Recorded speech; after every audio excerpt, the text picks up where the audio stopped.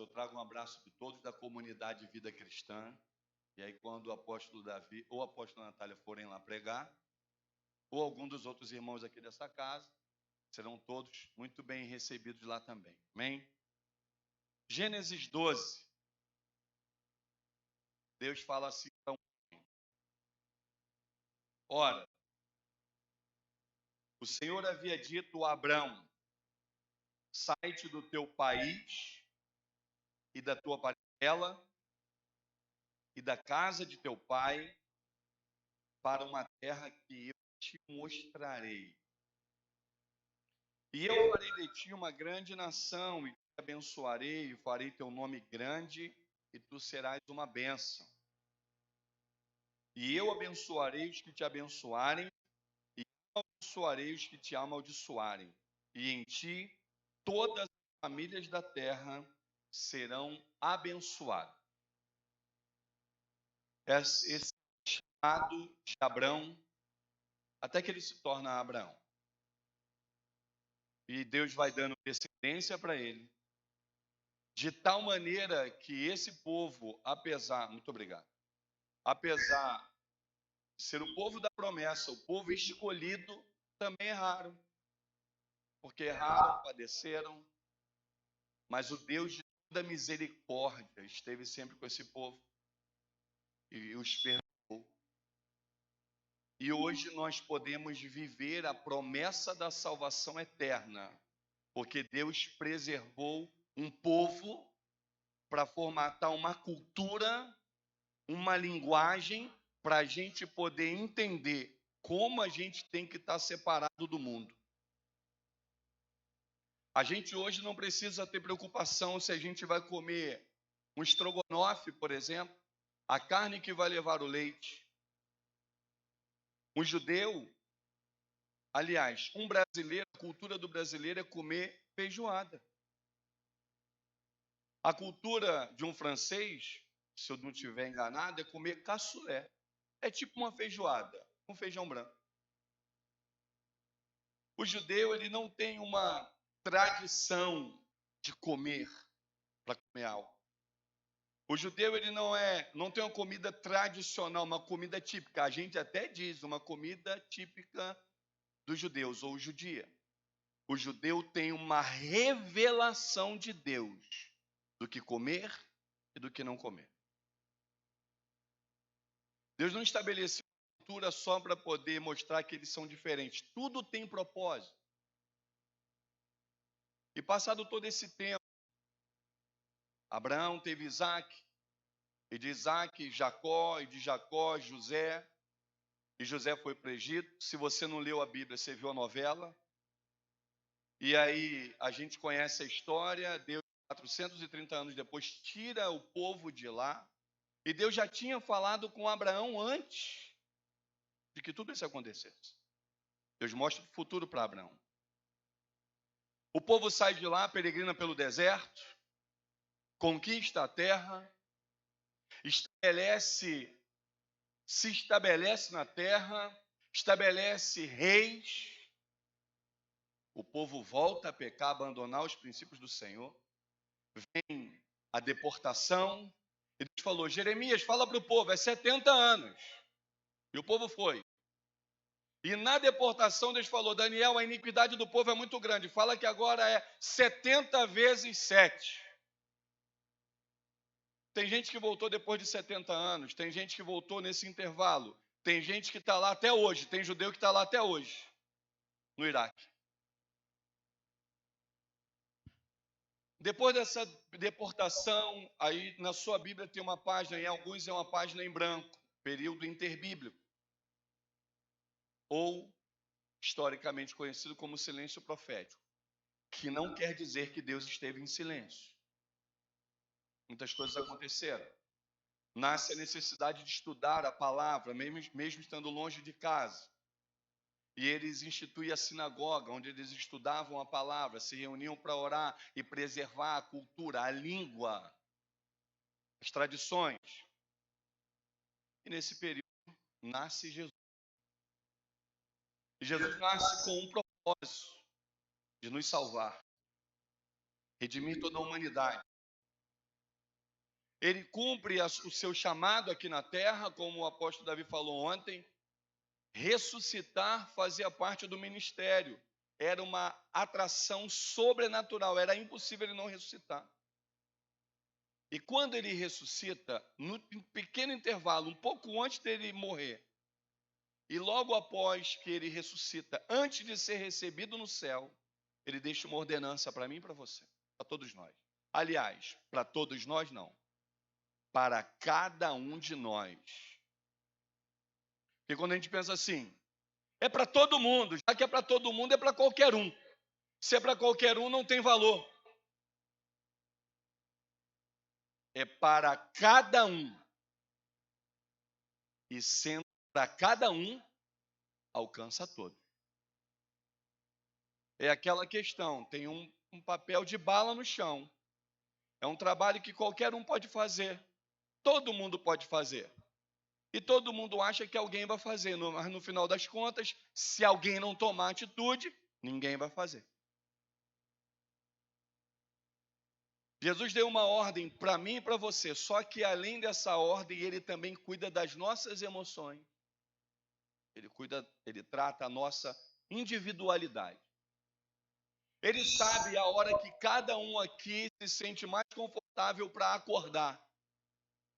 Ele sabe quem aqui tem pouco sono à noite e acaba ficando com mais sono durante o dia. Ele conhece os nossos pensamentos, nossas vontades, nosso passado. Aliás, ele conhece o passado desde quando nós estávamos no ventre. Quando nós ainda estávamos no coração dele, não éramos uma realidade, nem no ventre de nossas mães. Esse Jesus deixou uma ordem. Abra sua Bíblia agora em Mateus 28, 18, 19 e 20, por favor. Mateus 28. Deixa eu fazer aqui antes da gente ler, para a gente poder entender, uma ilustração. Posso contar uma história? Pode? Pode. Pode? Imagina que, de repente, você veio aqui no meio de semana, não está com obra, não tem culto, e, de repente, você chega aqui, você vê dali do corredor alguém com os pés deitado, caído no chão, você presume que está caído, está com os pés para o lado de fora, ou perto do banheiro, em uma das salas, de alguma maneira, e você percebe que possivelmente uma mulher está com as unhas pintadas. As unhas dos pés estão pintadas. E de repente sai uma pessoa com a mão toda ensanguentada e sai correndo. Você se depara com aquela cena e você pensa, meu Deus, é um assassino, matou alguém. Meu Deus, aí sai correndo gritando, socorro, alguém me ajuda, um homem matou uma pessoa aqui. Tu nem entra na sala, tem alguém deitado e presumivelmente é uma mulher com a unha para fora. O pé para fora dá para ver que é uma mulher, está com a unha pintada. Você sai correndo, de repente, ali na hora de você virar, você dá uma trombada com o apóstolo Davi. Aí tu fala, um homem saiu correndo aqui com a mão suja de sangue, matou a moça ali dentro do banheiro. Aí ele segura você, sacode, calma, ninguém matou ninguém. É um bombeiro, ele estava paisando, acabou de salvar uma moça que está grávida, fez o parto dela.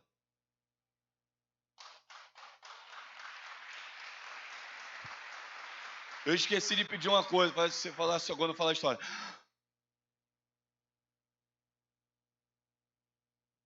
Um fato que você interpretou de maneira equivocada, precipitadamente, mas que a verdade não é o que você interpretou. Quando a gente pega a Bíblia e, por exemplo, a gente vai ler Mateus está contando a mesma história segundo os óculos que ele tem da vida. Marcos conta a mesma história segundo a compreensão que ele também tem da vida. Lucas conta a mesma história segundo a compreensão que ele tem. João vai contar algumas poucas das mesmas histórias, mas na perspectiva dele. Mas cada um desses que estão escrevendo, não estão escrevendo, registrando apenas a sua opinião. Estão registrando aquilo que Deus determinou que fosse registrado. Quando Mateus vai escrever, ele escreve com a mentalidade de um judeu conversando com outros judeus, para que esses judeus compreendam que aquele judeu chamado Jesus, filho do seu Zé, da Dona Maria, carpinteiro, que ele era o Messias esperado. Então, uma pessoa que não é só crítico, ele olha para Jesus, ele se volta para as Escrituras, ele lê o que as Escrituras dizem, ele vai atrás das profecias, aonde deveria nascer o Cristo, qual era o contexto que ele deveria estar envolvido, qual era a descendência dele, os cumprimentos proféticos. Marcos, ele escreve segundo a perspectiva de que um não-judeu vai ler o que ele está escrevendo. E por isso ele vai dar alguns detalhes sobre a tradição dos judeus. Ele vai dar algumas explicações do que significa algumas palavras no hebraico ou no próprio grego. Lucas, um médico, um grego, um homem letrado na cultura grega, inteligentíssimo, é como se fosse hoje uma pessoa viajada no mundo todo, que falasse muito bem o inglês ou outras línguas de abrangência muito grande. E além também de ser um médico, exatamente por ser um médico, ele consegue contar as histórias com minúcias específicas. Quando a gente lê o que Lucas escreveu, na nossa Bíblia está escrito assim, ó, Mateus, Marcos, Lucas, João, Atos. Mas quando ele escreveu um livro de 2 volumes. Lucas, Atos. Era para ser um volume só, ou um livro só. Mas só para a gente poder entender. Vamos ver o mesmo relato agora. Mateus 28. Amém? Está aberto aí? Eu que não abri. Eu vou abrir agora. Abri. Mateus 28, 18. Que momento é esse? Jesus está sendo atraído sobrenaturalmente para o céu. Ele cumpriu o seu propósito na terra. Ele está sendo levado para o céu, contrariando os ufologistas. Ele não tem capacete de extraterrestre, de astronauta, nada disso. Ele vai sendo elevado, atraído sobrenaturalmente para o céu. Mas ele está dando uma ordem para o povo. E Jesus veio e lhes falou, dizendo, foi-me dado todo o poder no céu e na terra. Imagina agora o que Jesus vai dizer. Sejam todos ricos e milionários. Vocês que estão aqui na Galileia, vocês estão aqui esperando eu voltar para o Pai. Sejam todos agora superpoderosos. Vocês vão ter poder de se teletransportar, vão transformar água em vinho? Não, vão transformar água em ouro. O que tocar vira ouro. Jesus não falou isso. Apesar de todo o poder e autoridade que ele tinha e que ele está conferindo aos que estão ouvindo, ele vai dar uma ordem. Portanto, ide, ensinai a todas as nações, batizando-as em nome do Pai, e do Filho e do Espírito Santo, ensinando-as a observar todas as coisas que eu vos tenho mandado, e eis que estou convosco sempre, até o fim do mundo. Amém. Como líder, a gente às vezes erra na metade do caminho. Batizando-os em nome do Pai, do Filho e do Espírito Santo. Depois não precisa mais consolidar, porque já batizou. Depois não precisa mais discipular, porque já batizou, já está na igreja, está na escola de líderes, sei lá o quê. Agora tem que tomar vergonha na cara e seguir rumo o caminho. E a gente acaba não levando em consideração as palavras finais de Jesus. Batiza eles em nome do Pai, do Filho e do Espírito Santo. E ensina a guardar todas as coisas que eu tenho ordenado a você. Ensinar é uma coisa. Ensinar a guardar é outra coisa. Ensinar que alguém não tem que pegar dinheiro emprestado e não pagar é uma coisa. Ensinar e levar a pessoa a compreender que ela tem que praticar esse princípio do seu caráter ilibado é diferente. Só que olha essa palavra. todas as nações. Na ótica de Mateus, é uma ótica de ocupação territorial. Porque essa é a mentalidade dos judeus. Lembra exatamente a história dos judeus? Eles são levados na deportação para a Babilônia. Daniel alcança o alto posto na política, no governo. Davi, além de ser rei, ele alcança notoriedade entre todas as nações, bem como Salomão. Se fosse hoje, Salomão seria o presidente da ONU e ia dar conselho para todos os outros governantes de todos os países. A gente vê Esther ocupando o cargo de rainha. A gente vê Mordecai ou Mardoqueu, dependendo da sua tradução. A gente vê ele fazendo um papel relevante no governo, tirando uma articulação de levante contra o rei, e ocupa um cargo de conselheiro do rei. A gente vê Sadraque, Mesaque e Abidnego, junto com Daniel, não se dobrando à idolatria, mantendo-se fiéis aos princípios do Senhor, e por causa disso eles alcançam notoriedade. Mateus, ele fala numa ótica de ocupação territorial. Olha, vai em todas as nações, não é só no Brasil. E essa palavra é etnos. Eu não sou versado no grego e conheço muito pouco, mas essa palavra nações é etnos. Que a gente poderia pensar em todas as etnias, mas de maneira mais específica, nesse texto significa a todos os gentios. E quem é um gentio? É um não-judeu. Aonde tem um não-gentio, é um alvo estabelecido pelo Senhor para que a gente vá até eles e, ensinando a palavra, torne essas pessoas seguidores de Jesus, batiza eles em nome do Pai, do Filho e do Espírito Santo e continua ensinando eles a guardarem todas as coisas que o Senhor tem nos ordenado, fazendo com que eles agora continuem a missão. Eu também estou imbuído na missão, mas agora outras pessoas também, daqui a pouco é mais uma multidão, todos envolvidos. Marcos vai falar a mesma coisa. Abra sua Bíblia, por favor, Marcos 16. Então, Mateus, ele fala com a pretensão de ocupação territorial, todos os grupos étnicos.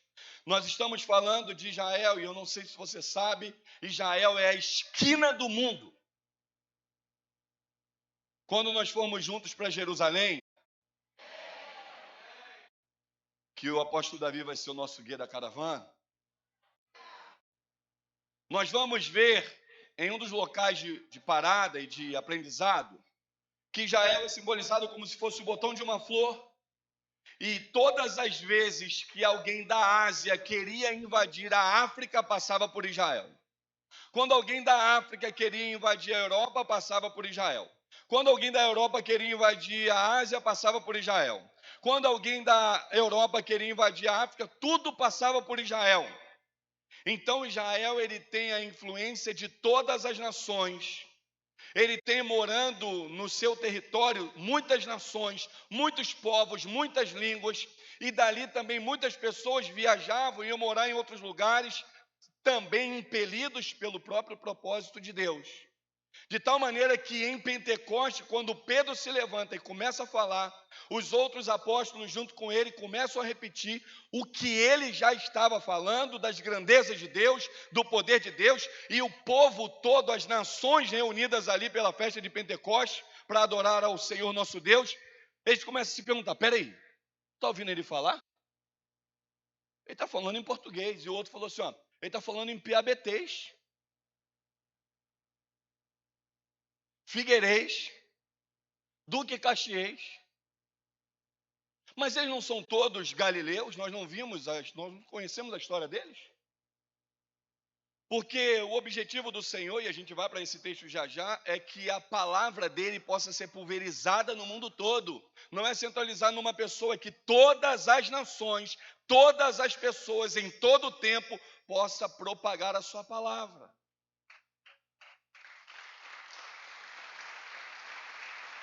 Marcos 16 diz assim, verso 15. E ele disse, preste atenção. Ide por todo o mundo, pregai o evangelho a toda criatura. Eu não saberia hoje como, mas tenho que pregar para os muçulmanos. Eu não saberia hoje como, mas tenho que pregar para os ateus. Eu não saberia hoje como, mas tenho que pregar para os homossexuais. Eu não sei se eu teria essa coragem, mas tem muita gente que tem. Eu acredito que tem irmãos aqui que façam. Mas tem que ir pregar no meio das pessoas que estão perdidas, morrendo por causa das drogas. Na roda do crime, tem que pregar em todo lugar. Pregue o evangelho a toda criatura. Aonde a sua voz alcança? Pregue. Mas a nossa voz hoje alcança muita coisa. O barulho do microfone, o som que fica amplificado, faz com que os vizinhos ouçam. A sua publicação na internet faz com que milhares de pessoas ouçam o evangelho. O que você está publicando na sua rede social?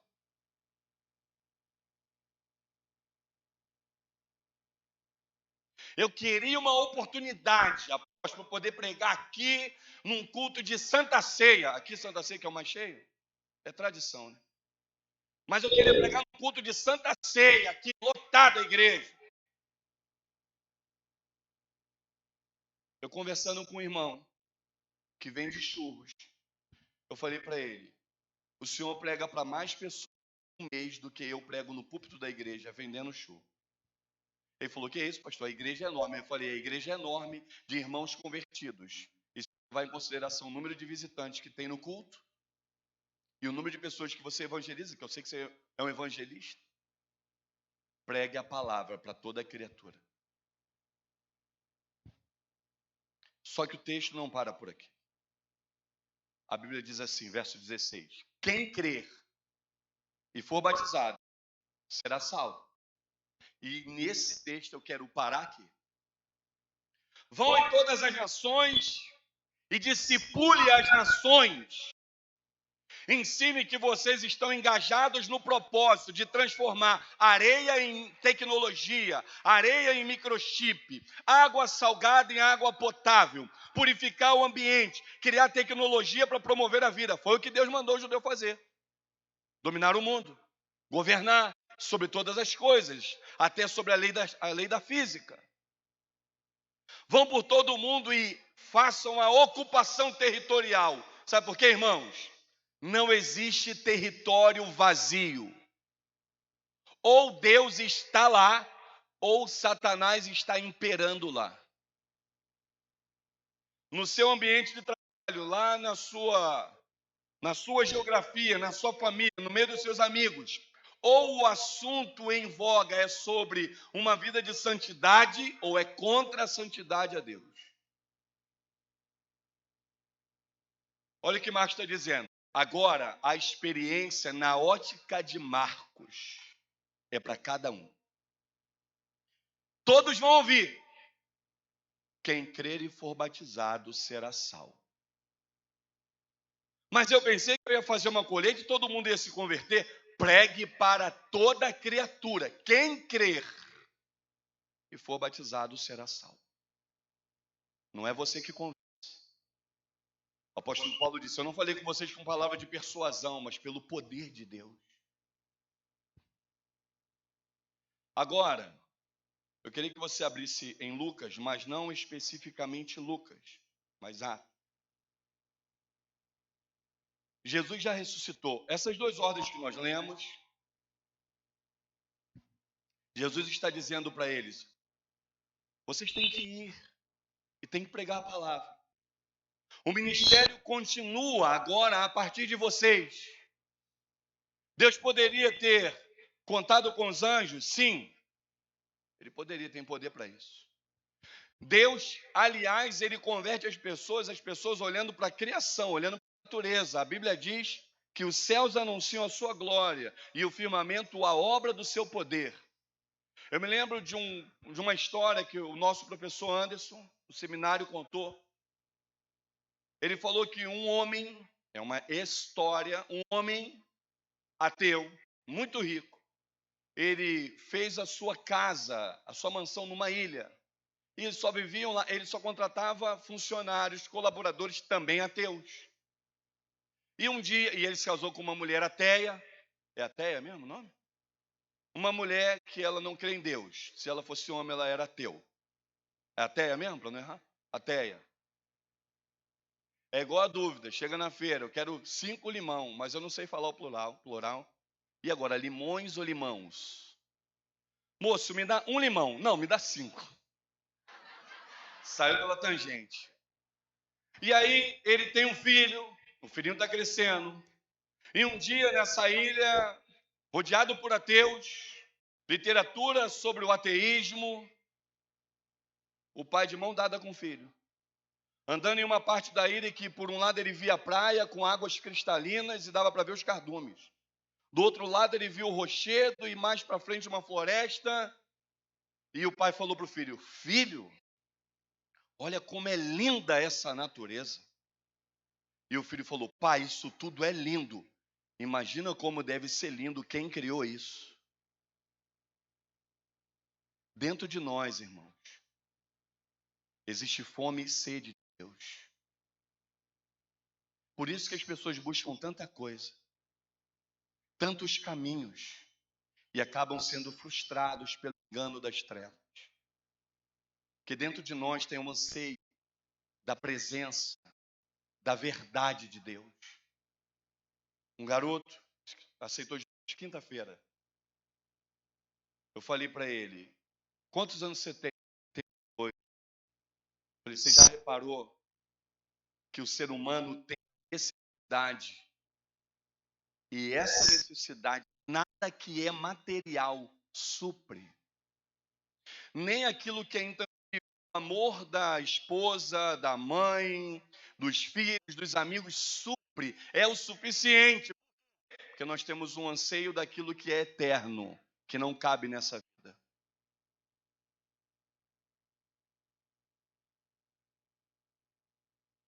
Agora nós vamos ler Atos capítulo 1, que é a ótica de Lucas. Para a mesma narrativa, não exatamente as mesmas palavras, mas a ordem é a mesma. Atos 1, verso 8.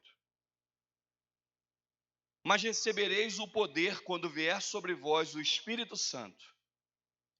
E sereis minhas testemunhas, tanto em Jerusalém como em toda a Judéia e Samaria e até a última parte da terra. Eu não sei quantos quilômetros dá daqui em Jerusalém.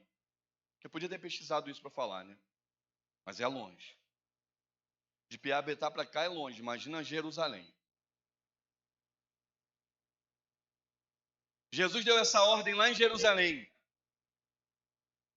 Será que essa ordem se cumpriu ou não? Será que essa ordem já se cumpriu ou está se cumprindo? Eu não sei exatamente qual o último lugar aonde o evangelho chegou, mas uma coisa eu tenho certeza: em Nova Iguaçu já chegou. É ou não é verdade? Então essa ordem de 2000 anos atrás está sendo cumprida ainda, amém? Quem aqui trabalha muito longe de onde você mora? A irmã, a senhora mora onde? Tira mais, por favor, porque eu não ouço direito. Aí parece que eu vou ouvir melhor, só porque a senhora tira mais. Fala. Espera aí, pessoal, fala. A senhora trabalha em Jacarepaguá, a senhora mora onde? Aqui, Nova Iguaçu? Quem trabalha mais longe, comparativamente falando, mais longe do que Jacarepaguá? Mais longe da sua casa?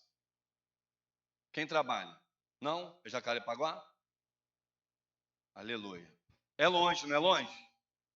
É longe ou não é longe? É longe. Jacarepaguá é mais longe que Piabetá. É longe, não é longe? O evangelho chegou em Nova Iguaçu, mas precisa chegar lá onde a senhora trabalha, em Jacarepaguá.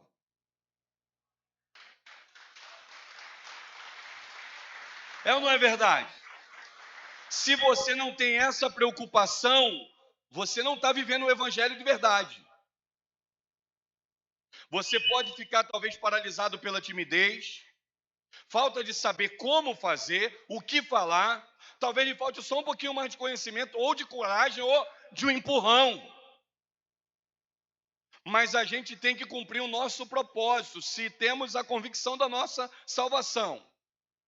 Se já morremos para os nossos pecados, e é o sangue de Jesus que perdoa os nossos pecados, Ele já nos perdoou, nós já o recebemos como o único Senhor, suficiente Salvador. A gente está fazendo o que nessa terra ainda?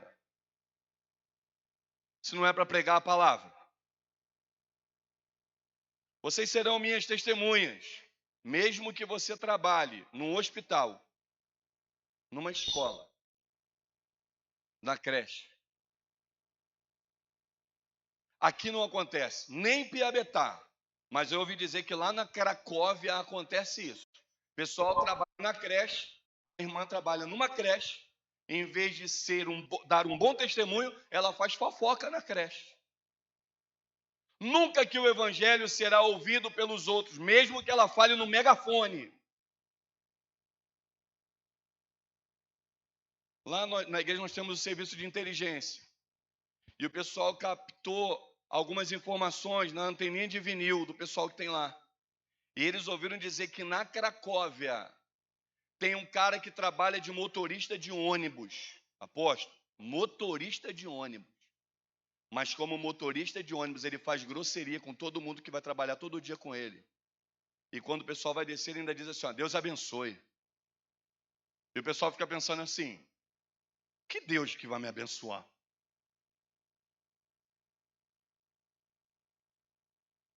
O poder já foi liberado. Falta a gente tomar a atitude de testemunhar de Jesus Cristo. Pastor do céu, então me fala uma pregação poderosa que eu posso falar. Abra sua Bíblia aí agora em João capítulo 21. E aqui eu chego próximo do encerramento. Meu código, pastor Tiago. Para ele fazendo um negócio no teclado. Me ajuda aqui, pastor.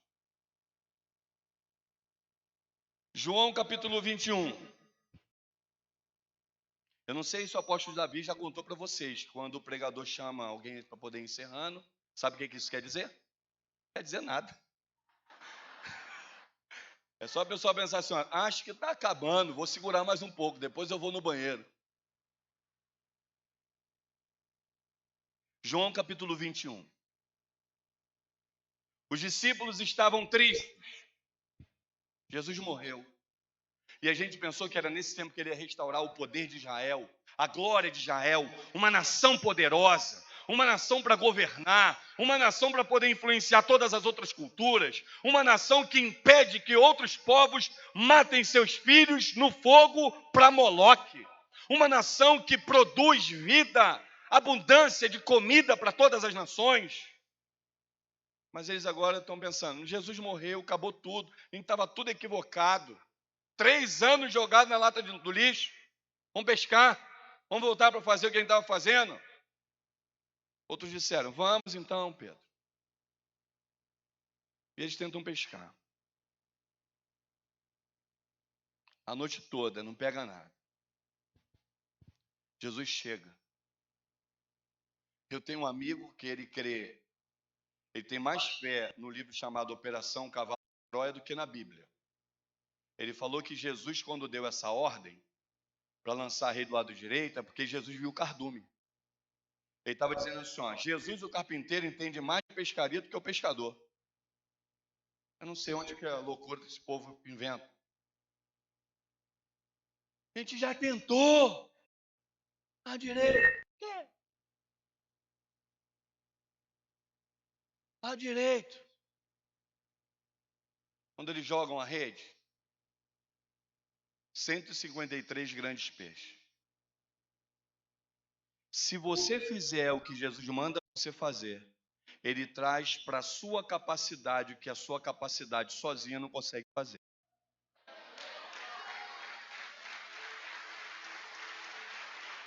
Mas deixa eu desmistificar. Eu sonhei que eu passava num concurso, fiz a inscrição, não estudei, não passei.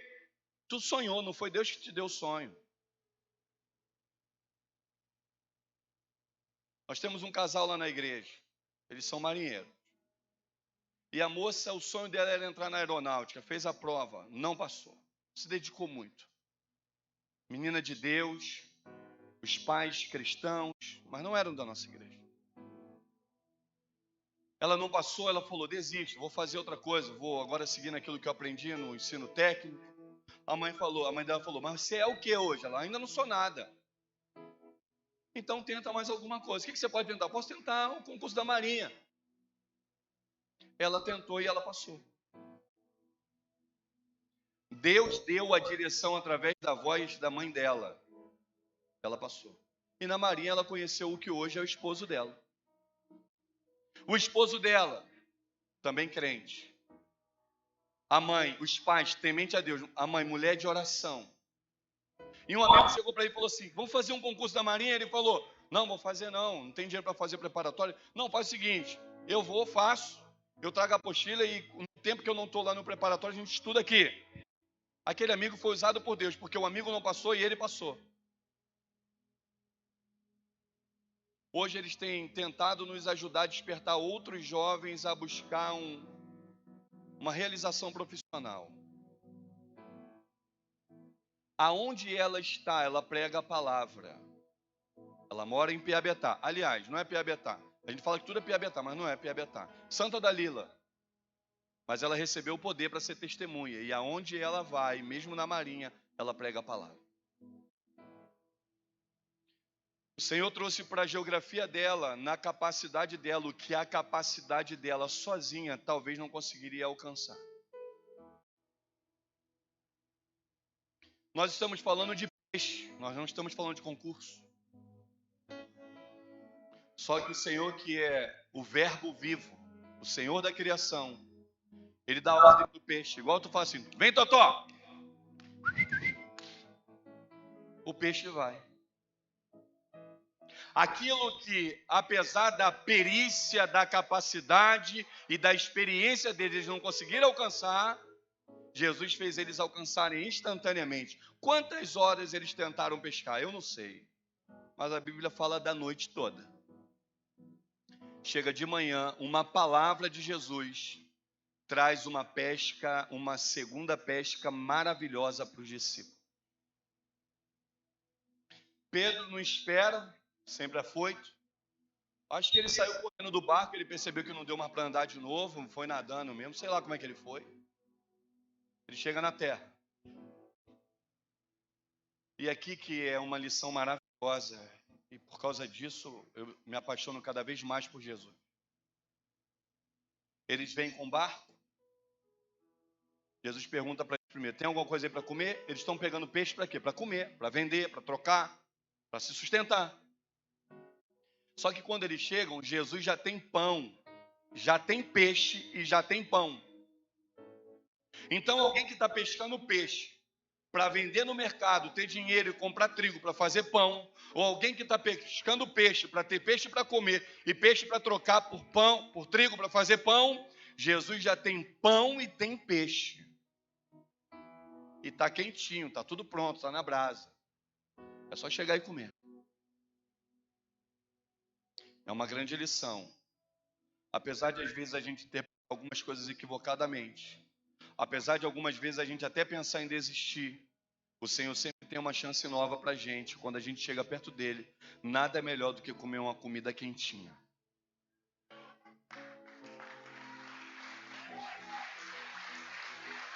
Quem nunca vacilou? Quem nunca errou? Quem nunca pensou em desistir? Eu já pensei em abrir mão do pastorado. Não era só deixar de ser líder de célula, não. Aí agora a gente vai... É aonde eu queria que nós chegássemos. Agora nós vamos chegar exatamente aonde eu queria que você refletisse. Mas se eu fosse direto para esse texto, talvez você não entenderia tão bem. João 21, verso 15. Assim, tendo eles jantado, porque não adiantava Jesus chegar e falar, Pedro, vamos sentar aqui, vamos ter uma conversa séria, eu quero que você entenda um negócio, vamos ajustar o teu chamado, corrigir a tua ótica. E ele com fome, irmãos, o povo não se concentra. Fora do eixo de equilíbrio, a pessoa não consegue absorver completamente nem a mensagem de Jesus. Depois que eles jantaram, disse Jesus a Simão Pedro: Simão, Simão, lembra como eu te chamei? Você era o Simão. Eu sei quem você era, mas eu te chamei. Porque às vezes a gente acha que Jesus chamou a gente para ir fazendo a obra na gente, e aí quando a gente vira alguém top, um modelo, uma referência, depois ele vai usar a gente. Simão, eu te chamei como Simão, mas eu não te deixei como Simão. Eu te chamei como Simão e fiz você virar Pedro. Simão Pedro. Simão, filho de Jonas, tu me amas mais do que estes? Olha só. Pode ser que Jesus estivesse dizendo estes peixes, ou o peixe que estava na brasa, ou os peixes que ele pegou, eles pegaram, ou estes, os amigos dele que estavam ali com ele pescando. Sim, Senhor, tu sabes que eu te amo. Ele disse-lhe: apacenta os meus cordeiros. Ô Simão, falei que você ia ser pescador de homem, né? Mas agora eu estou aqui com o pastor que deu a vida pelas ovelhas. E já que falando como pescador você não entendeu, agora eu vou trazer para você uma outra compreensão de pastor. Tu me ama? Cuida dos meus cordeiros. Mas olha o detalhe. Sim, Senhor, tu sabes que eu te amo. Jesus perguntou, tu me ama? Ele falou assim, tu sabe que eu te amo. É tipo assim, se a gente entendesse isso só no português. Ah, Jesus, para com isso. Tu sabe que eu te amo. Verso 16. Ele disse novamente pela segunda vez, Simão, filho de Jonas, tu me amas? Ele disse-lhe, sim, Senhor, tu sabes que eu te amo. Ele disse-lhe, apacenta as minhas ovelhas. Eu te chamei como Simão. Tu me ama? Cuida dos cordeiros. Cuida dos cordeiros.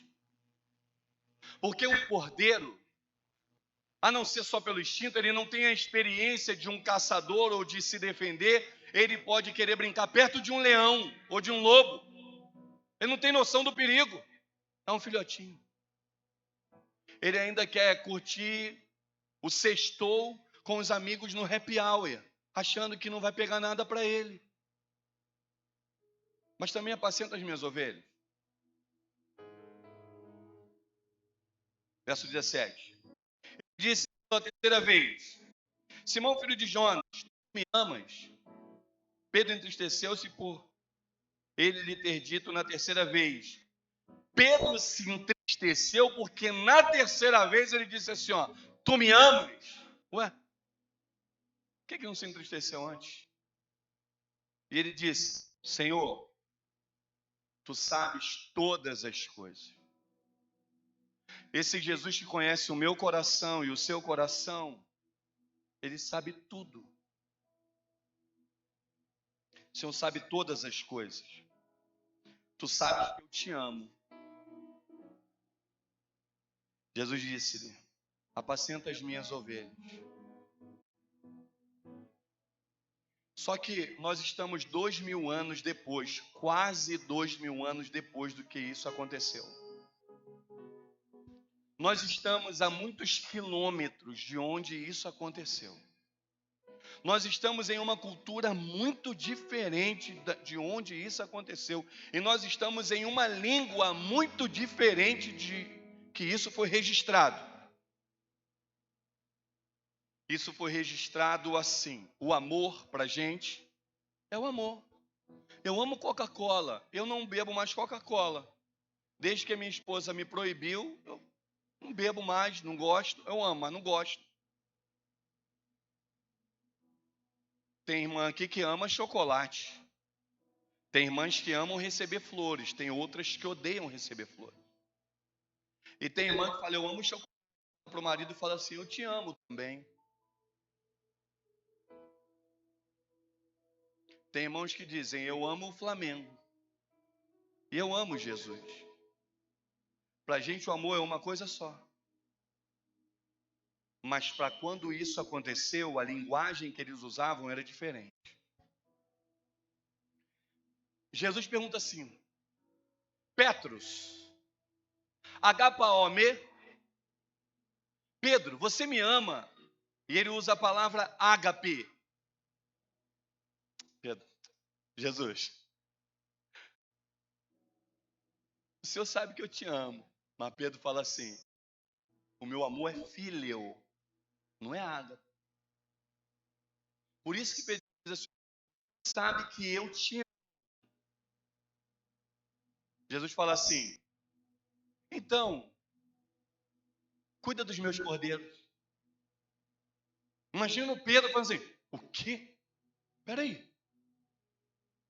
Jesus pergunta pela segunda vez, Petros, agapaome. Pedro se assusta de novo, eu acredito. Senhor, o senhor sabe, o senhor viu direito o que eu falei? O senhor sabe que o meu amor não é ágape. Eu neguei o senhor na fogueira. Por isso que eu fiz uma fogueira aqui agora. Mas eu neguei 3 vezes. Espera pela terceira pergunta, Pedro.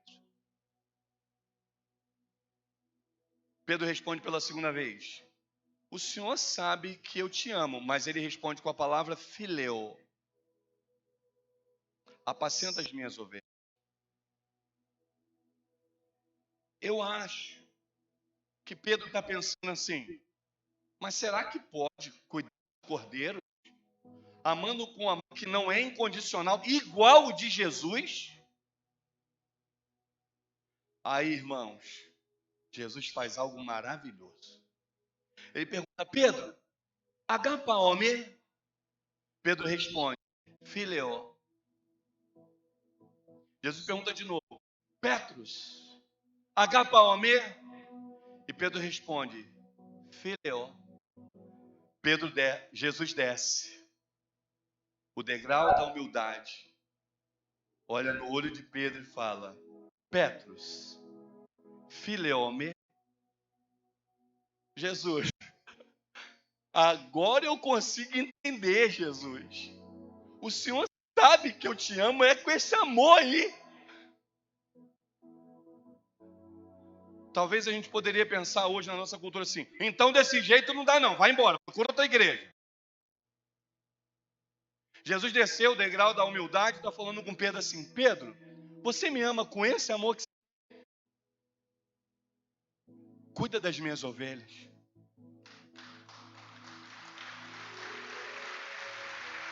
Sabe o que isso quer dizer, irmãos? Você não consegue ser um evangelista igual o apóstolo Davi? Não consegue? Eu não conheço um homem que seja. Você não consegue? Vai do teu jeito. Você não consegue adorar igual o pastor Tiago? Vai do teu jeito. Você não consegue ser um mestre tão excelente quanto o apóstolo Arcélio, meu pastor que chegou agora? Vai do teu jeito. Mas eu não sei pregar direito. Eu não sei fazer direito as coisas. O que você sabe fazer? Já pensou se um dia, e essa palavra tem queimado o meu coração, principalmente nos últimos dias, já pensou se um dia você descobre assim, ó, das 10 pessoas que eram da minha célula, 3 viraram pastores. Você fica feliz, não fica feliz? A nossa maior missão como pais nessa terra, e nisso a gente tem falhado, é que se eu tenho filhos, os 3 têm que virar pastor. Não necessariamente de igreja, mas ele tem que ser líder o suficiente para onde ele estiver ele levar a mensagem do evangelho. Uma mulher no Havaí, no livro A Igreja em Células. Ela queria trabalhar na igreja, mas não sabia como. E Deus deu a ela uma ideia. Muita gente vai morar no Havaí por conta de trabalho, e lá não é só surf. E aí lá, ela decidiu ter uma ideia. Eu já sei, muitos casais novos que vêm morar aqui, eu vou oferecer gratuitamente aula de culinária local. Ela era havaiana. Eu vou ensinar a comida típica aqui do Havaí. Só que enquanto ela ensinava sobre a culinária havaiana, ela falava do amor de Deus. Ela não falava assim, abre a sua Bíblia aí, querida, em João 3,16. Ela falava de maneira prática o amor que Deus tinha por ela e como Deus cuidava dela. Quando eu li o livro, o relato é que essa moça já tinha ganho 23 mulheres para Jesus. Isso sim merece um aplauso.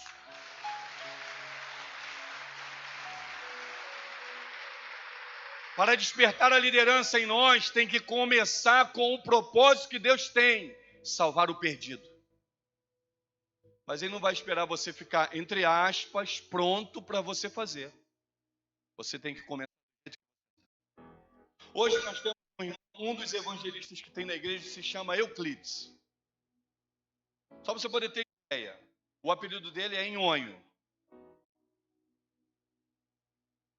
Esse homem, ele é tão evangelista, mas tão evangelista, que no processo da conversão dele, ele estava no bar e estava falando da experiência dele na célula e a experiência dele no culto. Ele ganhou 2 homens para Jesus. E o cara antes falou assim, eu vou orar por você agora, já que você quer Jesus. Aí o cara falou assim, mas tu tá fumando ainda. Ele falou, tá bom, então eu tava. Jogou o cigarro, orou. E os caras aceitaram Jesus. Que isso, pastor? Mas uma pessoa fumando pode evangelizar? E uma pessoa que não fuma pode não evangelizar? A internet que eu pago pode não evangelizar? O celular que eu comprei é caro, pode não trabalhar serviço do reino? Não precisa você ficar esperando, você vai fazer muita coisa. Você tem que estar pronto de uma maneira sobrenatural. Não, quando eu tiver com olhos de chama de fogo, saindo bola de fogo da minha boca, aí eu prego a palavra. Mas eu não consigo abrir uma célula. Não tem problema você abrir célula. Não abrir célula. Você pode abrir a porta da sua casa, botar aquele bom ar para poder receber a visita, um tapetinho na porta, fazer um cafezinho e falar para alguém da igreja assim, você pode abrir uma célula lá em casa? Pastor, mas eu não tenho bom ar. Não tem problema. Com a capacidade que você tem, abra a porta da sua casa. A mãe da pastora Débora, dona Cida, amiga da minha falecida sogra, desde quando a mãe delas eram amigas, elas já eram amigas. E um dia a dona Cida foi consolidar a minha sogra, ela aceitou Jesus com a dona Cida e a dona Cida foi consolidá-la.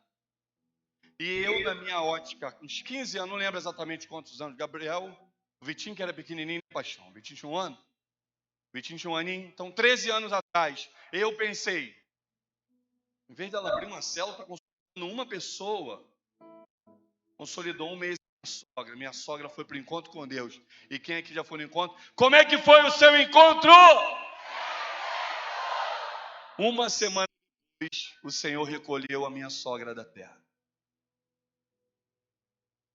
Se fosse só na minha ótica, a dona Cida teria aberto uma célula em algum lugar, não teria ido para a casa de uma senhora que ela tinha dificuldade de locomoção, ferida nas pernas, e andava de ampulheta e não conseguia muito mal dobrar o joelho.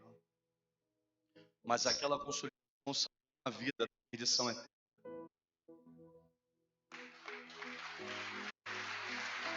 O que você pode fazer hoje?